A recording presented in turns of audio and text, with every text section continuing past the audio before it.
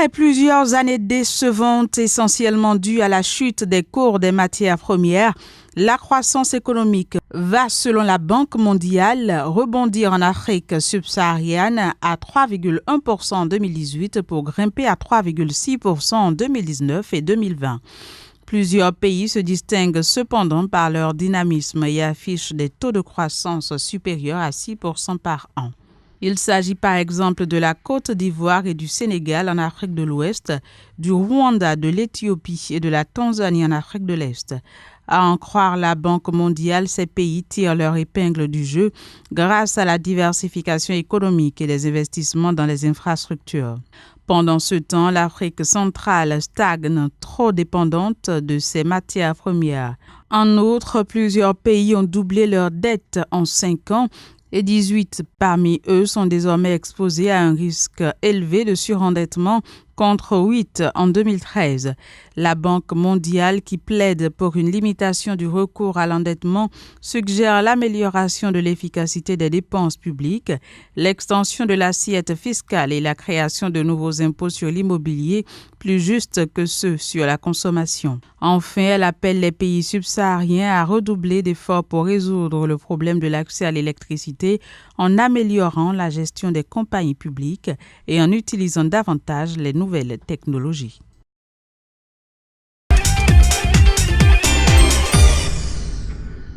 L'économie camerounaise, la plus forte et la plus diversifiée de la communauté économique et monétaire de l'Afrique centrale, CEMAC, a longtemps été résiliente au choc, mais montre ses premiers signes de ralentissement.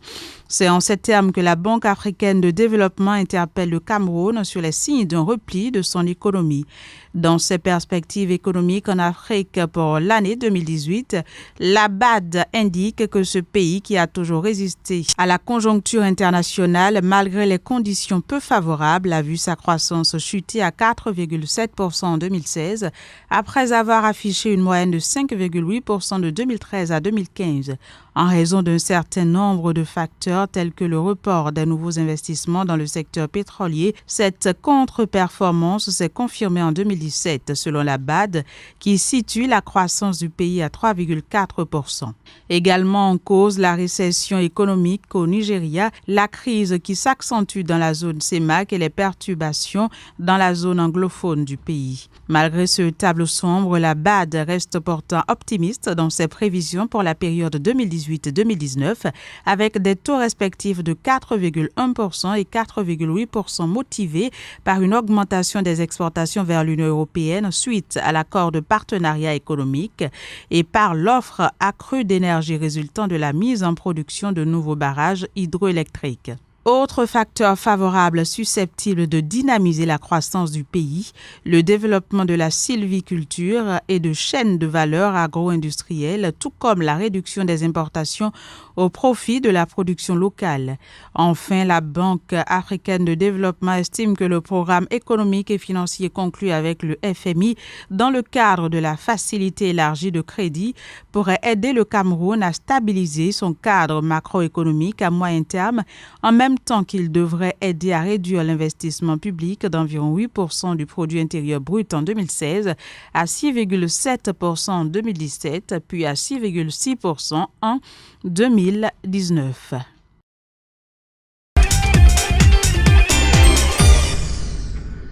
La diaspora africaine a effectué en 2017 vers le continent noir des transferts de fonds à hauteur de 65 milliards de dollars.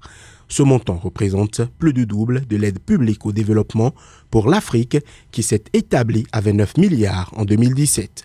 Au total, plus de 120 millions d'Africains vivant sur le continent ont bénéficié de ces fonds qui proviennent essentiellement d'opérations de plus de 30 millions de migrants africains.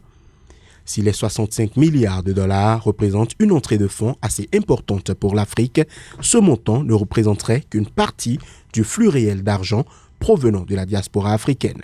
En effet, selon certaines sources, les données sur les flux de transfert de fonds sont largement sous-estimées en raison, entre autres, de l'utilisation générale des canaux de transfert de fonds informels et non réglementés et de la capacité de collecte de données relativement faibles de nombreux pays d'Afrique. Par ailleurs, le coût global des transferts de fonds vers et en Afrique a baissé pour atteindre 8,7% des montants transférés en décembre 2017 contre un taux de 12% en 2012. Ce taux reste cependant encore loin de l'objectif des 3% fixé par l'Union africaine pour 2030 dans le cadre des objectifs de développement durable. Signalons que les coûts de transfert de fonds vers l'Afrique sont les plus coûteux de toute la planète. Ces coûts pourraient être réduits à 7% en 2019 selon certaines sources.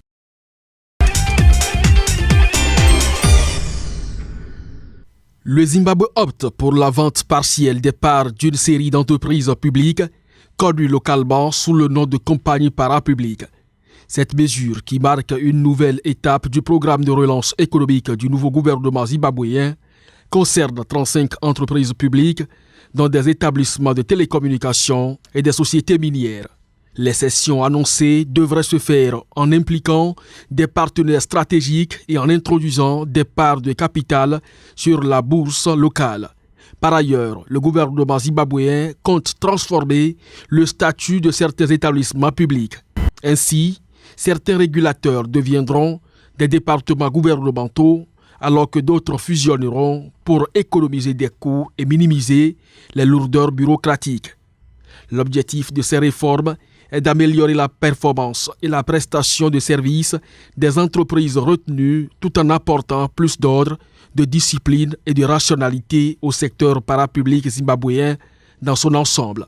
Il s'agit aussi d'encourager le retour des investisseurs au Zimbabwe dans un contexte où des voix s'élèvent dans le pays pour réclamer une privatisation pure et simple des entreprises publiques afin de maximiser les retombées.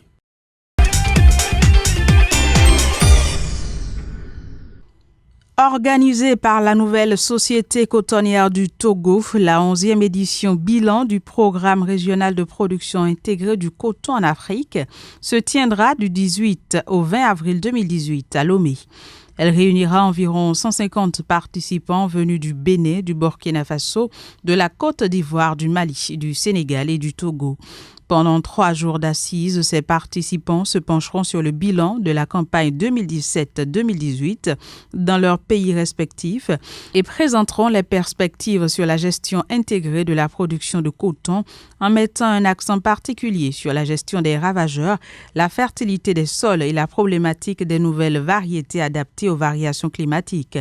Par ailleurs, ils auront à partager les informations sur la production de coton dans la sous-région, l'amélioration des rendements au champ et des revenus des producteurs, sans oublier les biotechnologies modernes et la biosécurité dans les pays membres. De quoi donc harmoniser les résultats des recherches dans un contexte où le Togo, pays hôte de cette 11e réunion bilan du programme régional de production intégrée du coton en Afrique, ambitionne d'atteindre une production de 200 000 tonnes à l'horizon 2022 après une campagne 2017-2018 fructueuse où le pays a enregistré une progression de 30% avec 180 000 tonnes. Précisons que le coton représente environ 40% des revenus des exportations du Togo et contribue pour environ 4,3% à son produit intérieur brut.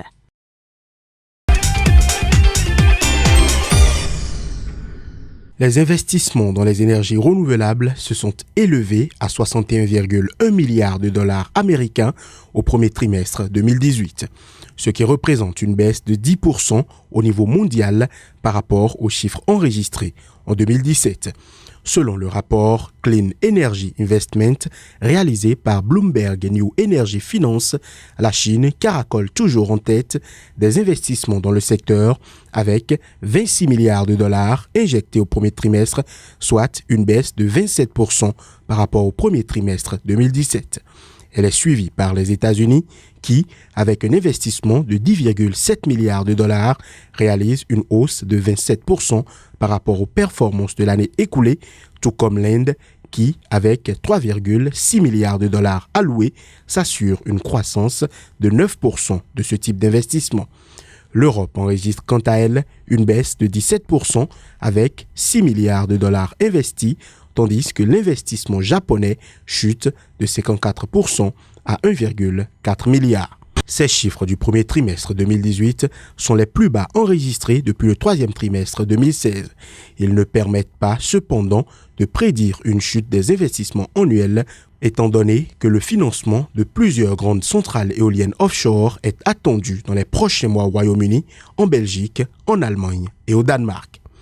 À noter qu'en ce qui concerne les montants recueillis par type d'énergie, l'éolien a connu une hausse de 10% avec 18,9 milliards de dollars, alors que la croissance a été de 39% pour la géothermie qui a obtenu 1 milliard de dollars. Quant aux biocarburants, ils affichent la plus importante hausse à 519% pour un financement de 748 millions de dollars, tandis que le solaire a enregistré une baisse de 19% de ses investissements avec 37,4 milliards de dollars. Enfin, la biomasse, qui n'a obtenu que 679 millions de dollars de financement, enregistre une baisse de 29%.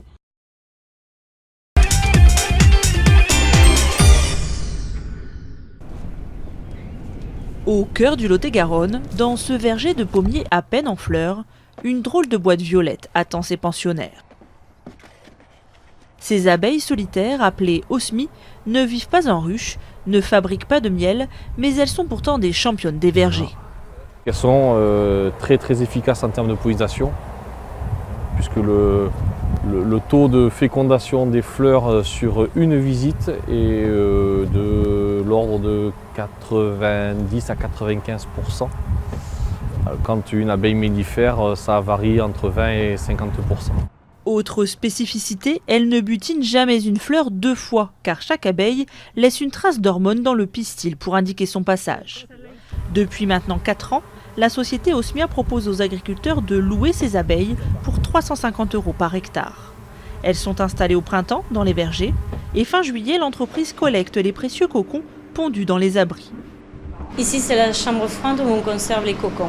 Ils restent froids tout l'hiver, à température dirigée, pour être opérationnels pour la saison suivante. La société arrive à programmer le réveil des abeilles à date précise selon la floraison de chaque client grâce à la chaleur dans cette salle sombre. Ici, nous sommes dans un verger précoce de cerises. Les abeilles sont à l'œuvre depuis plusieurs jours déjà. Son efficacité, l'osmie la doit à ses caractéristiques physiques. L'osmie est dotée d'une brosse ventrale.